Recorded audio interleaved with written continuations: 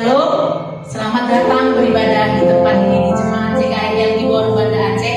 Ibadah online pada hari Minggu 5 April 2020. Dimanapun jemaat Tuhan berada saat ini, di rumah dan di tempat-tempat manapun, kita mau sama-sama beribadah di tempat ini. Kita mau memuji menyembah Tuhan. Mari kita tundukkan hati dan pikiran kita di hadapan Tuhan. Kita berdoa. Selamat pagi Allah Roh Kudus. Selamat pagi Yesus. Selamat pagi Bapa. Kami bersyukur buat pagi hari yang Kau beri Tuhan. Kalau saat ini Tuhan, kami bersama-sama jemaat-Mu Tuhan beribadah online Tuhan di GKI yang di Banda Aceh.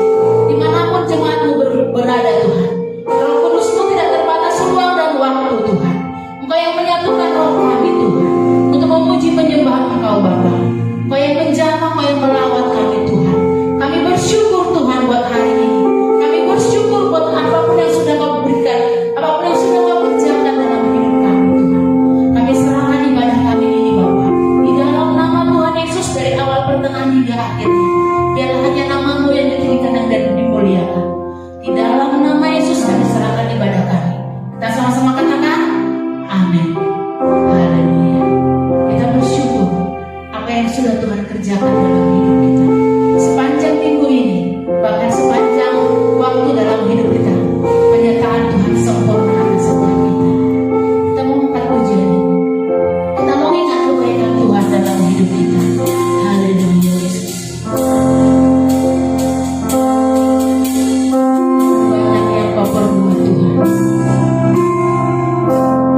Banyak yang Kau perbuat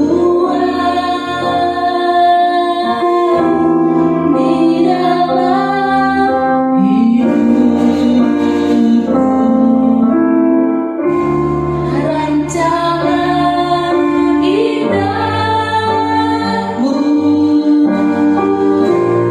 terjadi di hidupku.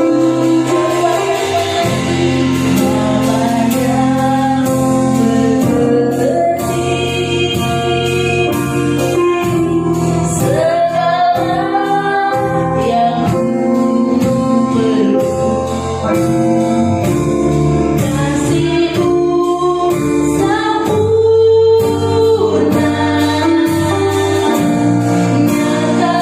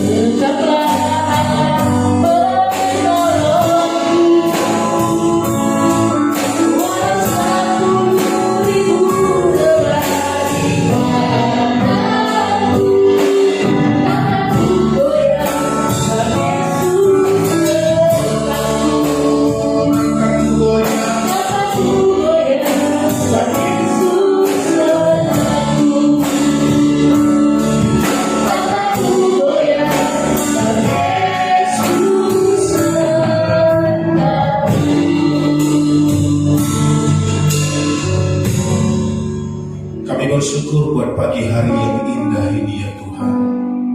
Kami tahu Engkau serta dengan kami dalam kondisi apapun ya Tuhan.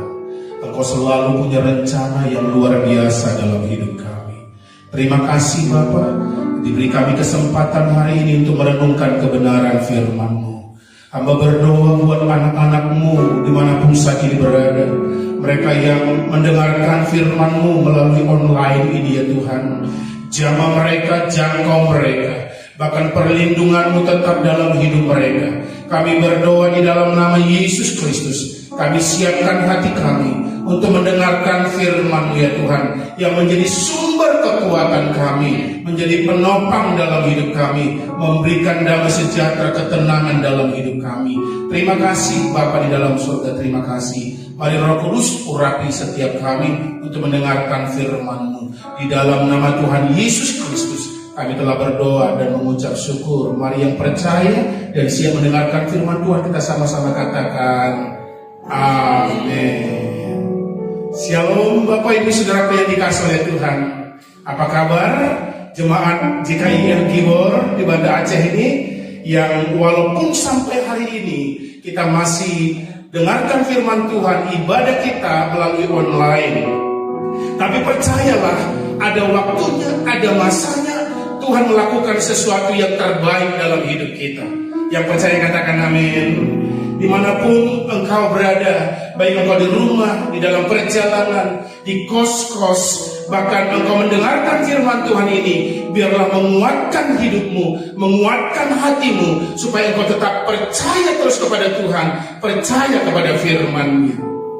Jadi saudaraku yang dikasihi oleh Tuhan, saat ini kita ibadah online di tanggal 5 April 2020. Kita rindu mendengarkan firman-Nya, supaya firman-Nya meneguhkan iman percaya kita sekalian.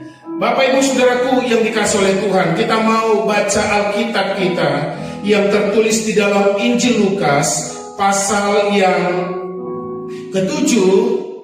Dalam Injil Lukas pasal yang ke-7 ayat yang ke-18 sampai ayat yang ke-23. Ketika Yohanes mendapat kabar tentang segala peristiwa itu dari murid-muridnya, ia memanggil 2 orang dari antaranya dan menyuruh mereka bertanya kepada Tuhan, "Engkaukah yang akan datang itu? Atau haruskah kami menantikan seorang lain?" Ketika kedua orang itu sampai kepada Yesus, mereka berkata, "Yohanes Pembaptis menyuruh kami bertanya kepadamu, engkaukah yang akan datang itu? Atau haruskah kami menantikan seorang lain?" Pada saat itu, Yesus menyembuhkan banyak orang dari segala penyakit dan penderitaan dan dari roh-roh jahat, dan ia mengaruniakan penglihatan kepada banyak orang buta. Dan Yesus menjawab mereka, "Pergilah dan katakanlah kepada Yohanes apa yang kamu lihat dan kamu dengar. Orang buta melihat, orang lumpuh berjalan, orang kusta menjadi tahir, orang tuli mendengar, orang mati dibangkitkan, dan kepada orang miskin diberitakan kabar baik. Dan berbahagialah orang yang tidak menjadi kecewa dan menolak aku." Saudaraku yang dikasihi oleh Tuhan, dari pembacaan firman Tuhan ini kita bisa melihat, saudaraku, Yohanes Pembaptis dalam melayani Tuhan, dalam memberitakan firman Tuhan, tidak luput dari persoalan, tidak luput dari masalah yang dihadapi dalam hidupnya. Pada waktu itu Yohanes Pembaptis dipenjara oleh karena memberitakan kebenaran firman Tuhan.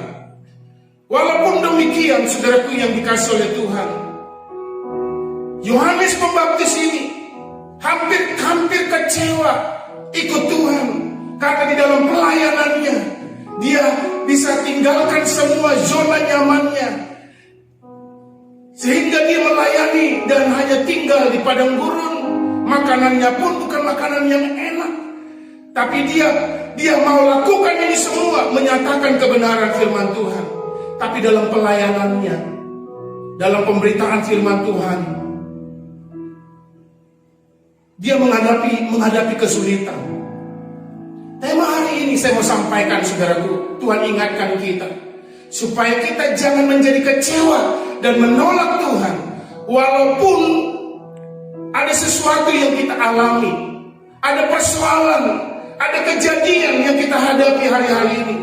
Mungkin sepertinya kita menghadapi COVID-19 ini, sepertinya tidak ada jawaban dari Tuhan, sepertinya membuat kita bisa kecewa itu Tuhan, mengiring Tuhan, kita sudah ikut Tuhan, sudah berdoa, beribadah, tetapi kita kok belum ada jawabannya, saudaraku.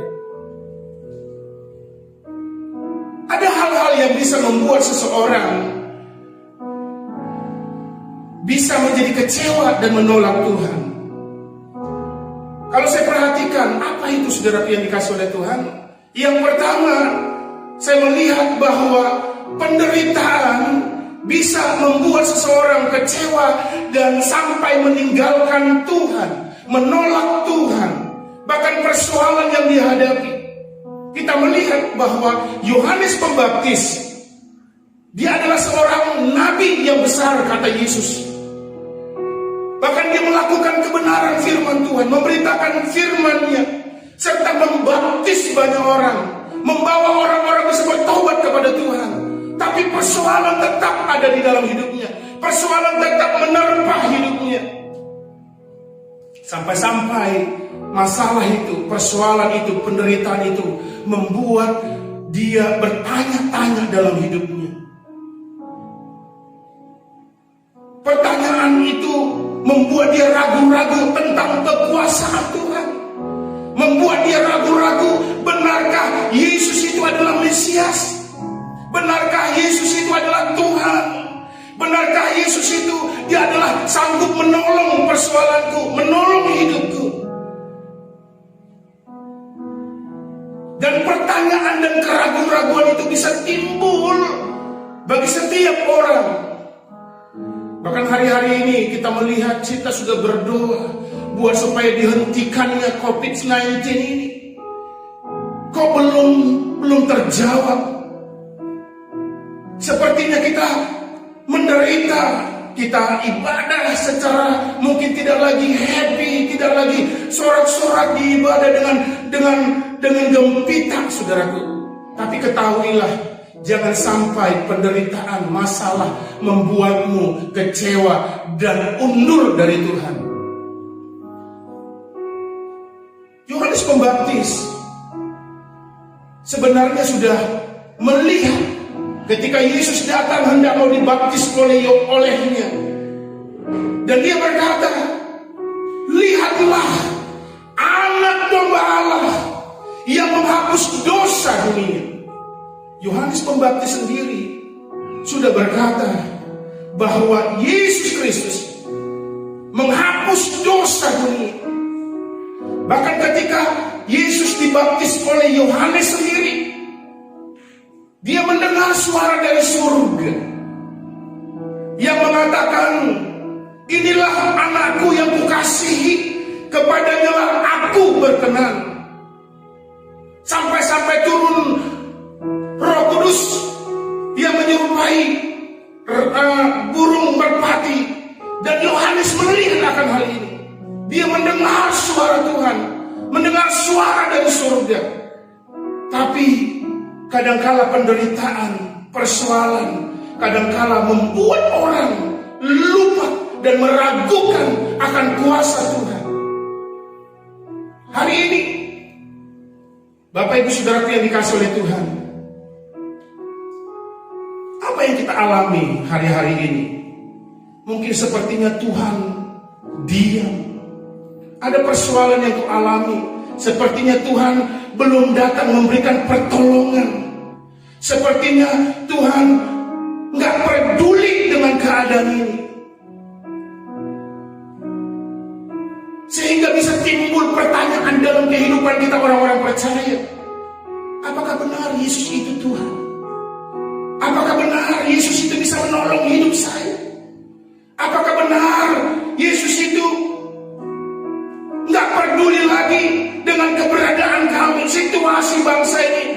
situasi dunia ini. Jadi penderitaan bisa membuat seseorang kecewa dan tinggalkan Tuhan, dan tidak mau lagi melayani Tuhan, tidak mau lagi beribadah kepada Tuhan, bahkan tidak mau lagi berdoa, bahkan tidak mau lagi baca firman Tuhan. Dia kecewa dengan persoalan yang dia hadapi. Itu sebabnya Bapak Ibu Saudaraku yang dikasihi oleh Tuhan, perlu kita ketahui tentang penderitaan itu, saudaraku. Kalaupun penderitaan, persoalan itu datang, perlu kita ketahui bahwa yang pertama, bahwa setiap penderitaan adalah sebuah proses untuk menyelesaikan rencana Tuhan dalam hidup kita. Yang percaya katakan amin. Yang kedua, bahwa setiap penderitaan yang kita alami bukan karena salah kita. Ada upah di surga buat setiap hidup kita.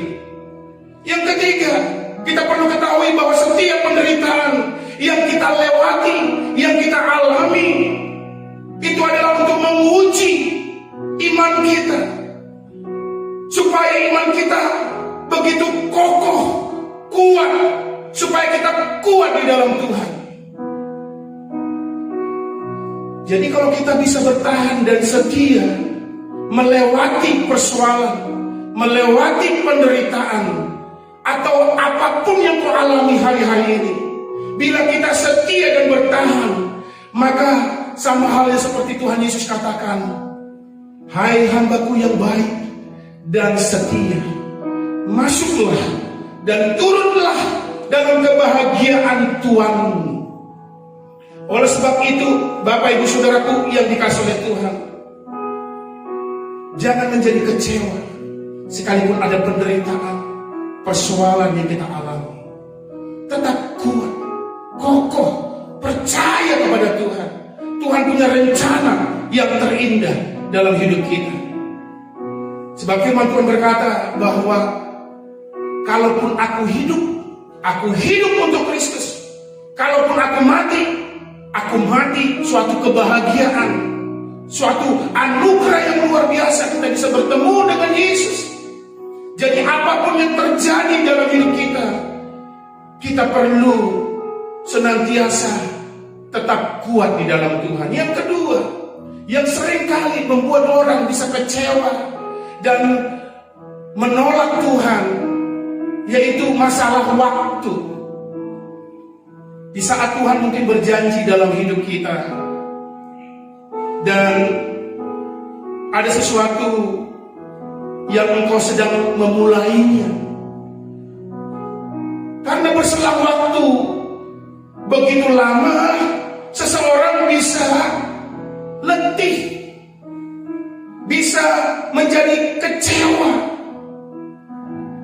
bahkan bisa tidak percaya lagi dengan Tuhan. Karena mengenai waktu, sudah dia berdoa sedemikian rupa, berdoa 1 hari, 1 minggu, 1 bulan, 2 bulan, dan seterusnya, belum ada lama kali waktunya dijawab oleh Tuhan. Waktu bisa membuat seseorang kecewa dan menolak Tuhan. Contohnya saudara yang dikasih oleh Tuhan, saya ambil, kalau seandainya ini ada botol tempat air minum, ini sebenarnya nggak berat, benar saudara? Ini nggak berat.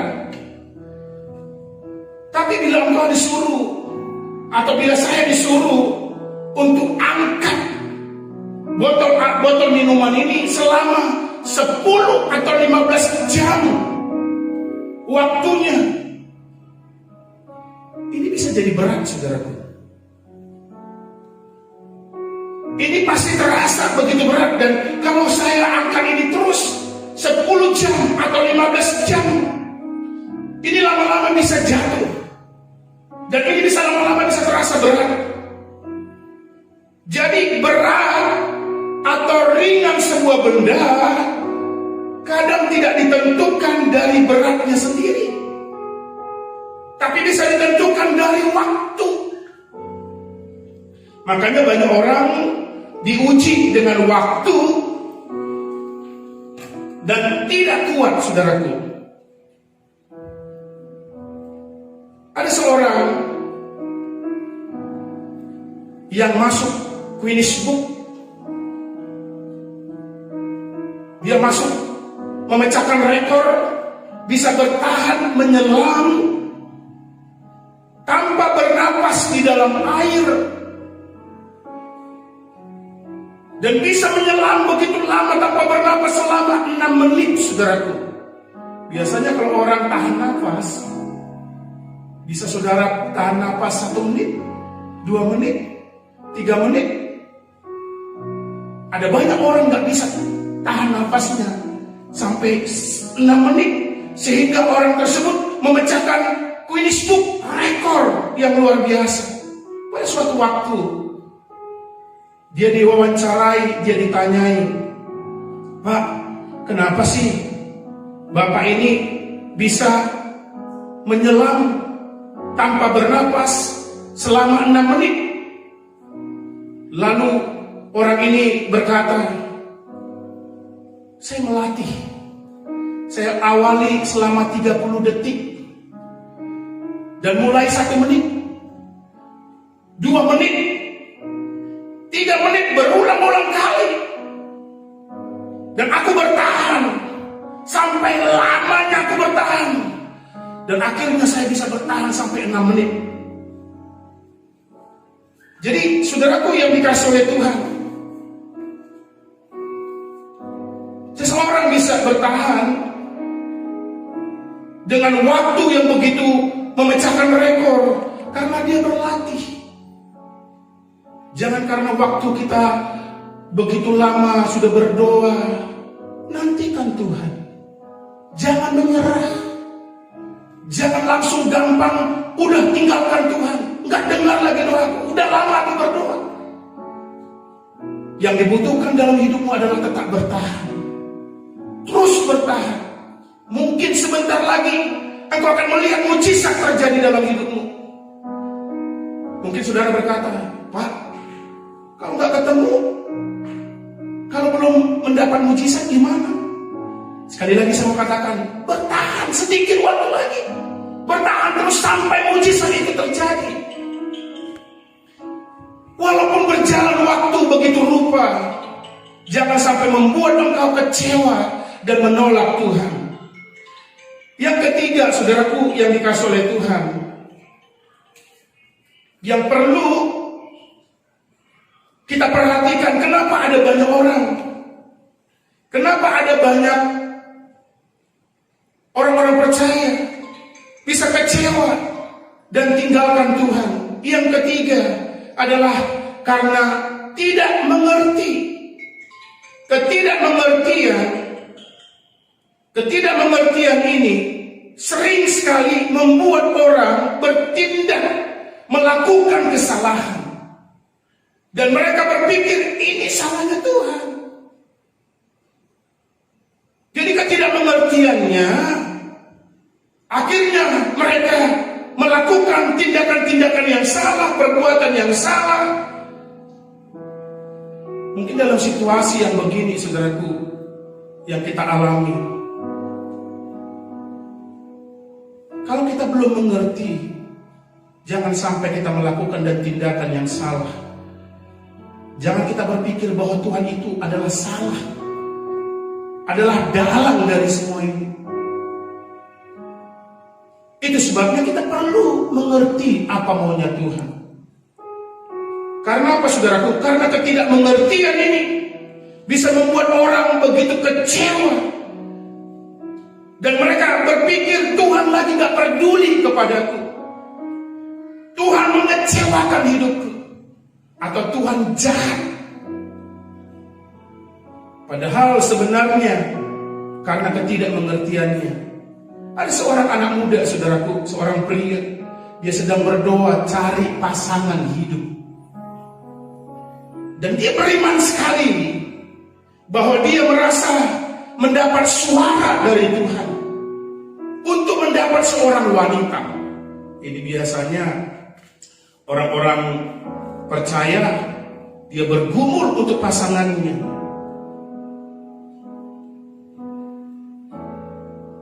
Karena dia merasa mendapat suara Tuhan untuk mendapat seorang wanita.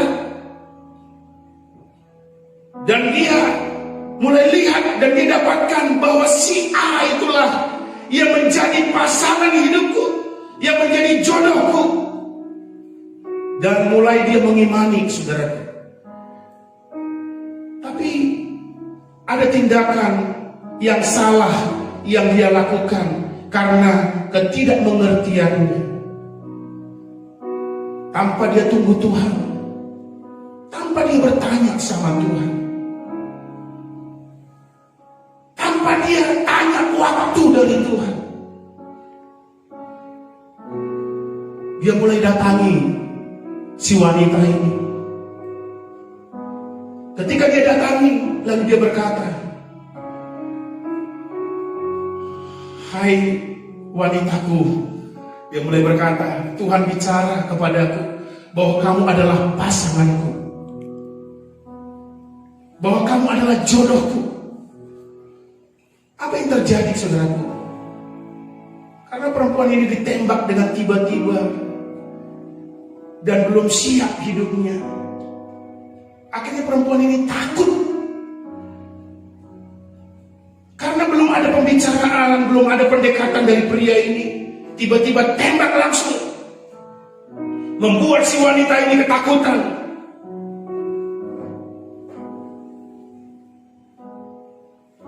Dan apa yang terjadi, saudaraku yang dikasih oleh Tuhan? Ketika perempuan itu berkata tidak, maka tanpa pengertian si pria ini semakin mengejar dia. Dia berpikir ini waktunya untuk berjuang. Biasanya kan pria begitu. Dia mulai teleponi, dia mulai datangi setiap hari, dia telepon setiap hari. Sampai-sampai si perempuan ini ketakutan sekali, saudaraku. Sehingga suatu waktu si wanita ini dia berkata dengan tegas, "Saya tidak mau melihat mukamu lagi. Saya tidak percaya dengan itu." Akhirnya si pria ini kecewa. Jadi kecewa. Dia kecewa dengan Tuhan. Padahal dia berpikir bahwa dia dapat suara Tuhan. Padahal karena dia punya tindakan yang salah atau ketidakmengertiannya, kapan waktunya, kapan tepatnya, kapan untuk berbicara dan bagaimana berbicara. Tapi karena si wanita ini menolak dia bisa kecewa dengan Tuhan. Dia berpikir Tuhan jahat, Tuhan bohong, gitu saudara. Sehingga si pria ini tidak mau lagi ke gereja, nggak mau melayani Tuhan. Jadi saudaraku yang dikasih oleh Tuhan, ketidakmengertian bisa menghancurkan seseorang.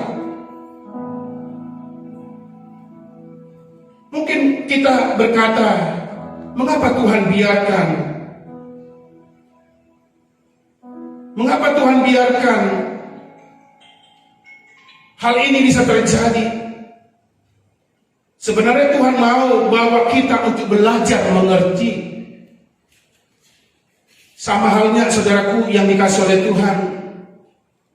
Kadang-kadang kita berkata kepada anak kita, "Itu salah, Nak." Karena kalau salah dan kita tutup-tutupi,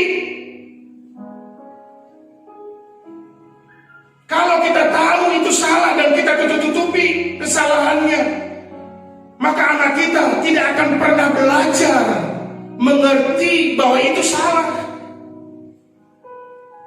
Itu sebabnya Bapak Ibu Saudaraku yang dikasih oleh Tuhan, hari ini kita sebagai anak-anak Tuhan, keadaan yang kau alami hari ini mungkin dihadapi oleh bangsa-bangsa, dihadapi oleh Indonesia, COVID-19, atau mungkin engkau hadapi apapun itu, sakit penyakit, persoalan, mungkin ada penderitaan engkau alami, mungkin begitu lama doamu belum dijawab, ada waktu yang membuat engkau bisa kecewa dan tinggalkan Tuhan. Tapi Tuhan mau berkata kepadamu, jangan kecewa dan tinggalkan Tuhan. Tetap percaya kepada Tuhan, tetap imani bahwa Tuhan itu adalah tetap Tuhan. Sehingga Yesus dia berkata kepada Yohanes Pembaptis, tidakkah engkau melihat bahwa orang buta bisa melihat, orang timpang bisa berjalan, orang mati dibangkitkan? Namun perlu kamu ketahui, supaya kamu tidak menjadi kecewa dan menolak Aku. Firman Tuhan hari ini mengingatkan kita, mari Bapak Ibu Saudaraku yang dikasihi oleh Tuhan, kita tetap berdoa. Mungkin belum ada jawabannya hari-hari ini. Mungkin engkau begitu menjalani waktu ini sepertinya begitu berat, tapi tetap percaya kepada Tuhan. Jangan tinggalkan Tuhan. Kita mau berkata kepada Tuhan, Tuhan, Engkau cukup bagiku. Kita mau angkat pujian, Christ is enough for me. Christ is enough for me. Christ is enough for me. Everything I need is in you. Everything I need, Christ is enough for me. Christ is enough for me. Everything I need is in you. Everything I need,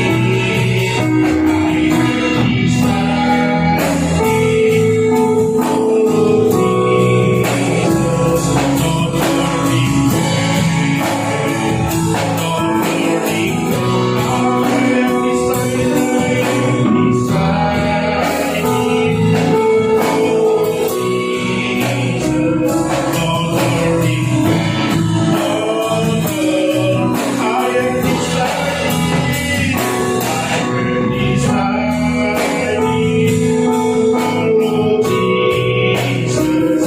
Not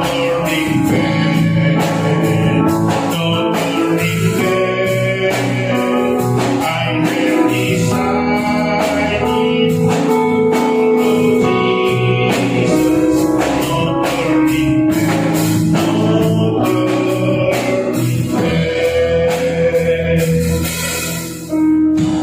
Jemaat yang dikasihi oleh Tuhan, dimanapun engkau berada hari ini, engkau sedang menghadapi persoalan, masalah, engkau sedang menghadapi penderitaan, engkau sedang menjalani waktu yang begitu lama. Bahkan sepertinya engkau tidak mengerti apa yang terjadi ini. Seringkali ketidakmengertian bisa membuat seseorang kecewa dan tinggalkan Tuhan. Walaupun engkau belum mengerti hari ini, tetap pegang firman-Nya, tetap percayai Tuhan. Sekalipun Tuhan belum tolong engkau hari ini, seperti berdiam, sepertinya belum ada datang pertolongan dari Tuhan. Yang kau butuhkan hari ini, tetap kuat di dalamnya, tetap teguh di dalam Tuhan, percaya senantiasa kepada Tuhan. Engkau yang menghadapi persoalan, masalah, mungkin engkau menghadapi sakit penyakit, menghadapi persoalan, kesulitan, penderitaan. Sepertinya engkau sudah berdoa begitu lama, belum ada jawaban dari Tuhan. Pagi hari ini saya mau berdoa kepadamu. Taruh tangan di dadamu. Kita akan berdoa bersama-sama. Bapa di dalam surga, hamba berdoa hari ini bagi anak-anak-Mu yang mendengarkan kebenaran firman-Mu. Tatkala Yohanes Pembaptis menghadapi kesulitan, persoalan, penderitaan, namun Tuhan mengingatkan Yohanes Pembaptis supaya tidak menjadi kecewa dan menolak Tuhan. Sekalipun belum ada jawaban hari ini, Yesus adalah tetap Tuhan selama-lamanya. Bapa, hamba berdoa mereka yang menghadapi sakit penyakit, Tuhan yang menyembuhkan mereka, memulihkan mereka di dalam nama Yesus Kristus. Persoalan mereka hadapi, kesulitan apapun, bahkan waktu mereka sudah berdoa begitu lama, kami mau berdoa hari ini. Ada jawaban, ada terobosan, ada jawaban yang dari Tuhan turun bagi setiap mereka. Di dalam nama Yesus Kristus Tuhan. Terima kasih Bapa. Kuatkan anak-anak-Mu, biar mereka semakin teguh dan kuat. Terus percaya kepada-Mu, sekalipun mereka menghadapi persoalan masalah apapun. Terima kasih Bapa. Kami mengucap syukur buat firman-Mu, mengingatkan kami, menghibur dan menguatkan kami. Engkau selalu ada di pihak kami. Engkau tetap adalah Tuhan. Engkau adalah tetap Allah selama-lamanya. Terima kasih Bapa. Saudaraku yang dikasih oleh Tuhan, mari kita berdoa buat persoalan yang dihadapi oleh bangsa Indonesia, bahkan juga dihadapi oleh bangsa-bangsa, yaitu virus corona, COVID-19. Kita mau berdoa supaya tangan Tuhan terulur menghentikan badai ini, menghentikan virus corona ini. Bapa di dalam surga, kami berdoa saat pagi hari ini. Kami datang kepadamu karena kami percaya Engkau adalah Tuhan yang luar biasa, Tuhan yang maha kuasa. Kami berdoa biar Engkau Tuhan boleh menyelesaikan persoalan yang dihadapi oleh bangsa kami Indonesia ini, bahkan yang dihadapi oleh bangsa-bangsa lain, mengenai virus corona ini yang begitu menakutkan, yang sudah banyak memakan korban nyawa.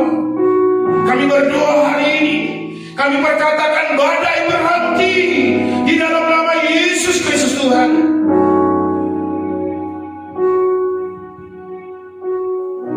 Tangan dan pertolongan-Mu turun bagi setiap bangsa kami Indonesia, khususnya daerah kami Provinsi Aceh ini. Kami berdoa di dalam nama Yesus, tetap dalam naungan-Mu, tetap di dalam penjagaan-Mu. Tuhan, berikan jalan keluar bagi daerah ini. Kami juga berdoa Tuhan buat masalah perekonomian akibat COVID-19 ini. Kami berdoa di dalam nama Yesus Kristus. Oh, krisis ekonomi juga akan melanda bangsa-bangsa dunia. Namun kami berdoa Engkau yang bisa menghentikan segalanya. Bangkitkan kembali Tuhan perekonomian bangsa kami Indonesia, di dalam nama Yesus Kristus Tuhan. Terima kasih Bapa di dalam surga, terima kasih. Kami serahkan hidup kami di dalam tangan-Mu.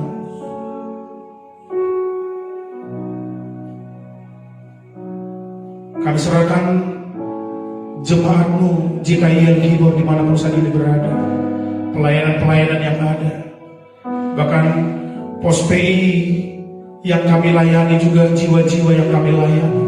Tuhan berkati mereka, lawan mereka dengan luar biasa.